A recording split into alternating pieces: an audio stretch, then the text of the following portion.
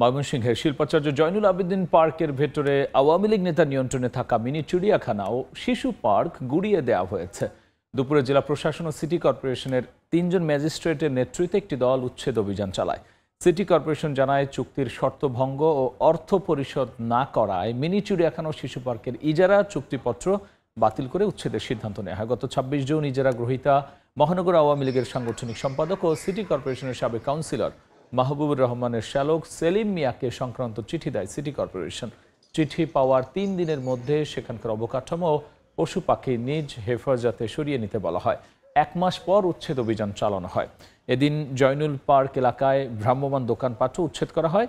এর আগে মিনি চিড়িয়াখানায় থাকা প্রাণীগুলোকে নিজেদের হেফাজতে নিয়ে যায় বন বিভাগ। ভেঙে দিবে যে এটা কখনো ভাবিনি, আজকে যে ভেঙে এটাও বলে নাই, কিন্তু তারা যে বলছে যে এটা আপনারা সরাই নেন এটা বলে রাখছে, কিন্তু আমরা বারবার রিকোয়েস্ট করছি এবং আমরা কাগজও দিচ্ছি যে আমাদেরকে একটু সময় দেন, তারা কোনো কিছু বলছে না। জেলা প্রশাসন এটা উচ্ছেদ করার জন্য আমাদের কাছে চিঠি পাঠাইছে যে এখান থেকে বন্য প্রাণীগুলো সরিয়ে নেওয়ার জন্য। আমরা এখানে এই বন্য প্রাণীগুলো সরিয়ে নিয়ে গাজীপুর বঙ্গবন্ধু সাফারি পার্কে ওখানে নিয়ে যাবো। বঙ্গবন্ধু সাফারি পার্কে গাজীপুর সাফারি পার্কে নিয়ে যাব, সেখানে আমরা এগুলো অবমুক্ত করবো।